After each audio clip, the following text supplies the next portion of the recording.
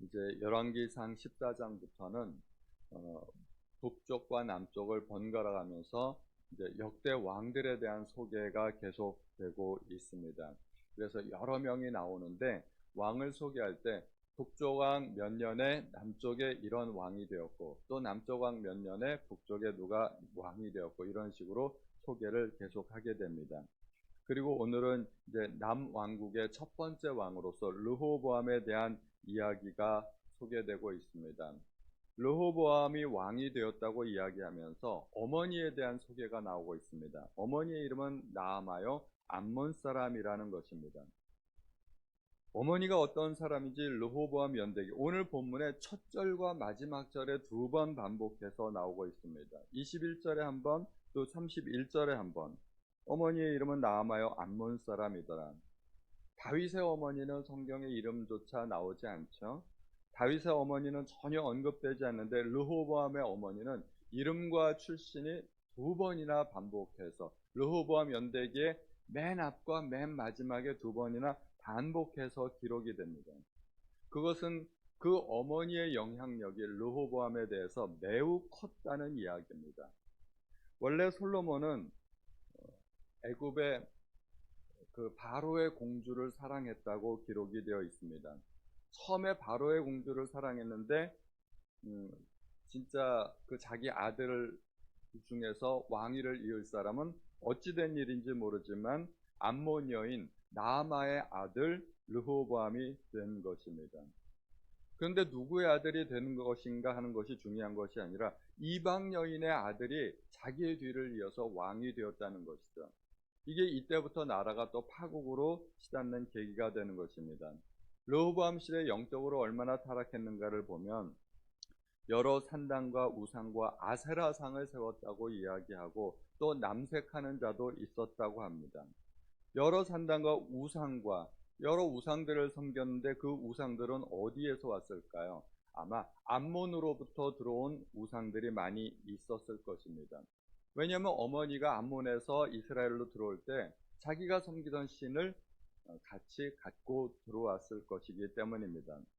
당연히 자식으로서 어머니를 섬겨야 되죠. 어머니를 섬겨야 하지만 어머니의 우상까지 들어오면 안 되는 것이죠. 어머니를 섬기는 것과 어머니의 우상을 섬기는 것은 전혀 같지 않습니다. 신앙의 자녀들은 부모 세대의 잘못을 답습하면 안 됩니다. 심지어 부모 세대에 잘못된 것들이 있다 하더라도 그 2세대는 신앙적으로 개혁하고 돌이키는 그런 모습을 보여주어야 되는 것입니다. 유다 왕들 가운데 아사라 하는 왕은 그 할머니가 우상을 섬기고 아세라상을 섬기고 그러니까 그 할머니의 태후의 위를 패하는 그런 종교개혁의 그 모습까지 보여주고 있습니다. 이 모든 원인은 사실은 솔로몬으로부터 비롯된 것이죠. 솔로몬이 이방 여인들을 사랑했고 이방 여인들을 데리고 들어오면서 우상단지들이 다 들어오게 된 것입니다. 그래서 불신결혼이 얼마나 자녀들의 신앙에 막대한 영향을 끼치는지, 또 특히 왕인 경우에 한 국가의 운명까지도 좌우하게 된다는 것을 우리가 볼 수 있게 됩니다. 그래서 바울은 너희는 믿지 않는 자와 멍에를 같이 매지 말라 하는 말이 있는데, 그것은 사업상의 동업도 이야기될 수 있고 그리고 불신결혼도 같이 이야기될 수 있는 것입니다. 우리는 이미 다 이제 결혼을 했고 자녀들을 낳았으니까 상관이 없지만 우리 자녀들은 배우자를 선택할 때 꼭 신앙 좋은 배우자를 선택할 수 있도록 우리 어머니들이 기도해 주셔야 될 것입니다. 불신결혼을 했을 때 그 가정이 결코 행복할 수 없고 하나님 안에서 신앙으로 올바로 설 수 없다는 것을 우리가 성경을 통해서 보게 되는 것입니다. 이 암몬 사람 나아만은 남편이었던 솔로몬에게도 지대한 나쁜 영향을 끼쳤겠지만 남편보다는 아들에게 훨씬 더 나쁜 영향을 끼쳤을 것입니다.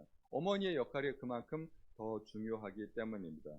그래서 어떻게 되었을까요? 25절에 보니까 르호보암 왕 5년에 애굽의 왕 시삭이 올라와서 성전과 왕궁의 모든 보물을 다 빼앗아갔다고 이야기하고, 또 르호보암은 놋 방패를 대신 만들었습니다. 솔로몬의 모든 노력이 다 허사가 되는 장면입니다. 솔로몬이 금방패를 만들었는데 그 방패는 전쟁용 방패가 아니죠. 사실은 금괴라고 해야 될 것입니다. 금을 전시하고 보관하기 위한 어떤 괴짝으로 만들어 놓은 것이죠. 금방패라는 것은 금 덩어리입니다. 금 방패라는 것은 이제 방패가 중요한 것이 아니라 금이 중요한 건데, 금방패를 잃어버리니까 뭔가 구색을 맞추기 위해서 노스로 방패를 만들었습니다. 이 놋방패가 무슨 의미가 있겠습니까? 그것은 전시용일 뿐이지 전혀 쓸모없는 방패입니다. 그것이 그렇게 보물이 되는 것도 아니고, 오히려 놋방패가 의미하는 것은 솔로몬의 금방패는 금의 시대, 황금의 시대, 찬란한 번영의 시대였는데, 그것을 잃어버리고 노스로 방패를 만들었다는 것은 이제 파멸의 시대가 다가오고 있다는 것을 우리에게 상징적으로 보여주는 것입니다. 무엇이 번영을 가져오고 무엇이 파멸을 가져오는지 르호보암은 알았어야 했습니다. 시삭의 공격을 받은 것은 르호보암이 군사력이 없어서 또는 무능력해서 그런 것만은 아닙니다. 하나님의 징계입니다. 그리고 우상 숭배의 결과입니다. 하나님을 버리게 되면 하나님으로부터 오는 좋은 모든 것도 함께 잃어버리게 됩니다. 하나님을 구할 때 하나님을 통해서 오는 복도 우리가 함께 받을 수 있는 것입니다. 그러므로 우리는 복을 구하기 전에 하나님을 먼저 구해야 되는 것입니다. 나라의 번영이 어디에서 오나요? 하나님으로부터 오는 것입니다.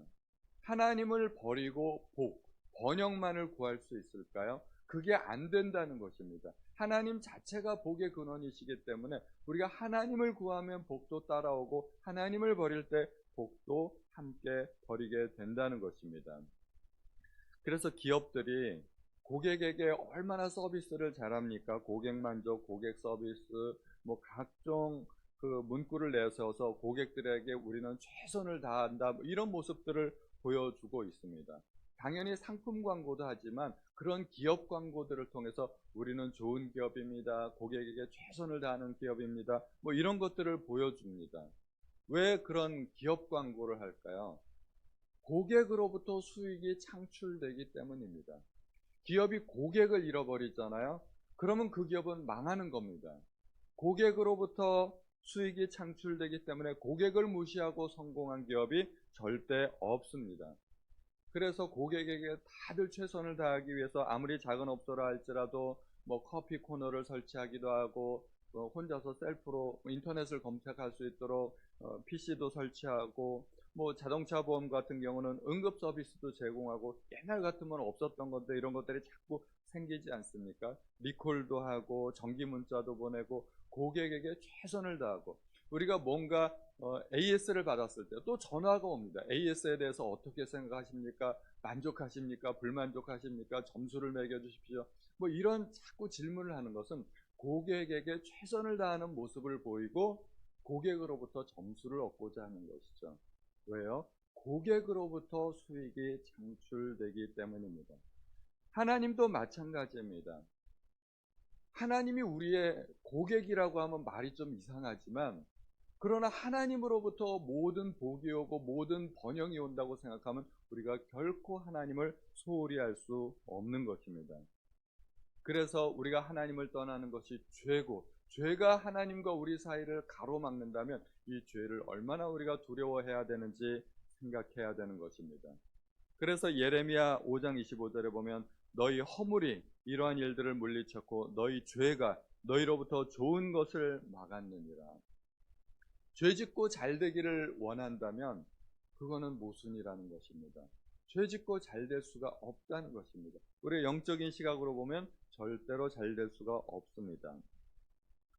솔로몬은 원래 바로의 딸을 사랑했고, 그리고 애굽과의 정략 결혼을 위해서 성을 2개 건축을 하게 됩니다. 그게 게셀과 밀로라는 성인데, 이 성을 건축해서 바로의 딸에게 바쳤습니다. 그리고 솔로몬이 성전에 얼마나 많은 금은 보화를 쏟아붓고 또 왕궁을 건축하기 위해서 얼마나 많은 재산을 쏟아 바쳤습니까? 금방패도 만들었는데. 그런데 솔로몬의 이 모든 노력이 르호보암 왕 때 가서는 모두가 다 허사가 되어버렸습니다. 애굽과의 관계가 틀어졌죠. 애굽왕 시삭이 쳐들어왔기 때문에 애굽과의 그 관계가 틀어졌습니다. 정략 결혼의 의미가 없어져 버린 것이죠. 그리고 그 모든 공을 들인 성전과 왕궁의 보물을 다 잃어버리고 또 금방패까지 잃어버렸고, 그러므로 사람의 노력으로 보물을 지키려는 것이 얼마나 헛된 것인지 우리가 깨달아야 됩니다. 주님은 뭐라고 말씀하셨습니까? 너희를 위하여 보물을 하늘에 쌓아두라고 하셨습니다. 거기는 좀이나 동록이 하지 못하고 도적이 구멍도 뚫지 못한다고 이야기하였습니다. 성전에 있는 금이라고 해서 안전한 게 아니라는 것입니다. 금방패라고 해서 그것이 영원한 것이 아니라는 것입니다. 언제든지 빼앗길 수 있고 언제든지 잃어버릴 수 있는 것이 이 땅의 보물입니다. 그래서 주님은 우리의 보물을 하늘에 쌓아두라고 말씀하셨던 것입니다. 그런데 르호보암은 금방패를 잃어버리고서 놋방패를 만들었습니다. 이 놋방패는 금방패를 대신하는 일종의 전시용이기도 하지만 르호보암은 이것을 언제 썼냐 하면은 28절에 보니까 왕이 여호와의 성전에 들어갈 때마다 시위하는 자가 그 방패를 들고 갔다가 시위소로 도로 가져갔더라. 왕이 성전에 출입할 때마다 방패 든 자가 옆에서 호위하면서 그 방패를 들고 들어갔다가 나갔다가 했다는 것이죠. 여기서 보면 르호보암이 산당과 우상과 아세라상을 섬기기는 했지만 여전히 성전에 드나드는 모습을 볼 수가 있습니다. 성전 출입을 여전히 했다는 것이죠. 르호보암이 하나님을 버렸을까요? 르호보암은 하나님을 버린 것이 아닙니다. 르호보암은 여전히 하나님을 섬겼습니다. 하나님께 자기가 해야 할 도리는 다 했다는 것입니다. 그러면 그게 정말 잘한 것일까요? 르호보암의 문제는 하나님도 섬겼지만 다른 신도 섬겼다는 것입니다. 그럼 하나님을 섬기는 것이 신앙일까요? 르호보암은 여러 신들을 섬기면서 그 중에 한 신 하나님을 만들었던 것입니다. 하나님을 그렇게 전락시켜버린 것입니다. 유일신 여호와 하나님이 아니라 여러 신들이 있고 그 중에 신 하나가 바로 여호와 하나님이라고 생각했던 것입니다. 양다리죠. 하나님도 섬기면서 우상도 섬기면서 그 신앙은 절대로 인정되지 않습니다. 우리가 시험을 보면 예를 들어서 정답이 하나인데 1번 같기도 하고 3번 같기도 하고 두 개 다 표시를 하면 어떻게 될까요? 그거는 오답입니다. 오답. 정답으로 인정이 되지 않습니다. 정답도 쓰고 오답도 쓰고 그건 무조건 틀린 겁니다. 정답 하나만 써야 정답으로 인정이 됩니다. 아내를 사랑하면서 동시에 다른 여자도 사랑한다면 아내에 대한 올바른 사랑이라고 말할 수 없겠죠. 아내를 사랑한다는 그 의미는 오직 아내만을 사랑한다는 의미가 될 것입니다. 그러므로 우리가 하나님을 사랑한다는 것은 오직 하나님만 사랑할 때 그게 사랑한다는 의미가 되는 것입니다. 절대 우상 숭배가 용납되지 않고 또 세상에 대한 사랑이나 재물에 대한 욕심까지도 허용되지 않는 것입니다. 내가 아무리 하나님을 사랑한다 할지라도 하나님도 사랑하면서 세상에 대한 뭔가 또 미련이 있고 욕심이 있고 내가 우선순위가 하나님보다 앞서는 뭔가가 있다면 그거는 우상이 될 수 있습니다. 가장 큰 우상이 세상에서는 재물입니다. 그리고 요즘 부모들에게는 자식 사랑도 우상이 될 수 있습니다. 제가 어떤 목사님 설교를 듣다 보니까 목사들에게는 목회도 우상이 될 수 있다고 하더라고요. 내 교회 생각하면서 내 교회를 어떻게 더 키울 수 있을까? 그런 목회를 한다면 교회가 아무리 성장해도 교회가 우상이 될 수도 있다는 것입니다. 우리가 하나님보다 내 마음이 우선순위에 있고 시간을 먼저 빼고 재물의 사용 순위에 있어서 하나님보다 앞서는 것이 있다면 그런 모든 것들이 다 우상이 될 수 있다는 것입니다. 그러므로 우리는 이 우상에 굉장히 조심해야 됩니다.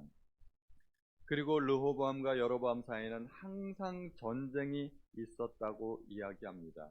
이 전쟁은 하나님의 뜻을 이루기 위한 전쟁이 아니라 개인의 욕심을 이루기 위한 전쟁이었기 때문에 결코 옳은 것이 아닙니다. 여호수아의 정복 전쟁은 옳은 것이었죠. 다윗이 골리앗을 대항해서 그 물맷돌을 들고 나왔을 때 그 싸움은 옳은 것이었습니다. 어떤 싸움과 어떤 전쟁은 옳은 것이 있는가 하면 어떤 전쟁은 결코 옳지 않은 것이 있습니다. 내 욕심을 이루기 위한 싸움과 전쟁은 옳지 않습니다. 르호보암은 열지파를 빼앗겼지 않습니까? 여로보암에게 열지파를 잃어버렸습니다. 어떻게 해서든지 그 잃어버린 열지파를 다시 찾아와야 자기가 온전한 12지파의 왕이 될 수 있었기 때문에 이 르호보암 입장에서 보면 여로보암이 반역자이기 때문에 여로보암을 용서할 수가 없었고 전쟁을 해야 됐습니다. 여로보암은 자기가 아무리 열지파를 갖고 있지만 자기에게 절대 소유할 수 없는 한 가지가 있죠. 성전입니다. 성전이 두 군데 있을 수가 없기 때문에 어떻게 해서든지 그 성전을 탈환해야, 예루살렘을 정복해야 자기가 온전한 왕 노릇을 할 수 있다고 생각했을 것입니다. 그러니까 서로 자기에게 없는 것을 차지하기 위해서 둘이 사이가 좋을 수가 없다는 것입니다. 서로가 자기에게 없는 것을 빼앗기 위해서 전쟁을 했던 것입니다. 하나님께서는 각 사람에게 모든 것을 다 주신 그런 사람은 없습니다. 하나님께서 각 사람에게 능력에 맞게 달란트를 주시지 않았습니까? 저에게 맞는 달란트가 있고 은사가 있고 각자의 분량대로 하나님을 섬기면 될 뿐입니다. 르호보암과 여로보암의 전쟁은 하나님께서 허락하지 않은 것에 대한 욕심에서 난 전쟁일 뿐입니다. 그러므로 우리는 하나님께서 내게 주신 것에 대해서는 감사하고 내게 허락하지 않은 것에 대해서는 다른 사람을 인정하고 도움을 요청하시면 될 것입니다. 우리가 오늘 르호보암 왕을 통해서 내게는 혹시 하나님 말고 또 사랑하는 것이 없습니까? 하고 하나님 앞에 질문하고 혹시 그러한 것이 있다면 하나님, 내가 오직 하나님만을 사랑하는 주의 백성이 될 수 있도록 도와주십시오 하고 기도하는 이 시간이 되시기를 우리 주님의 이름으로 축원드립니다. 함께 기도하겠습니다. 하나님 아버지, 오늘도 저희에게 르호보암 왕을 통하여 이 어리석은 왕의 통치를 배우게 하심을 인하여서 감사드립니다. 이 르호보암 왕의 통치를 통하여서 저희가 반면교사를 삼아서 우상을 섬기면서 하나님을 섬긴다는 것이 얼마나 어리석은 것인지를 깨닫게 하시고 우리는 오직 하나님만 섬기는 주의 백성 될 수 있도록 도와주옵소서. 모든 말씀을 우리 주 예수님의 이름으로 기도하였습니다. 아멘.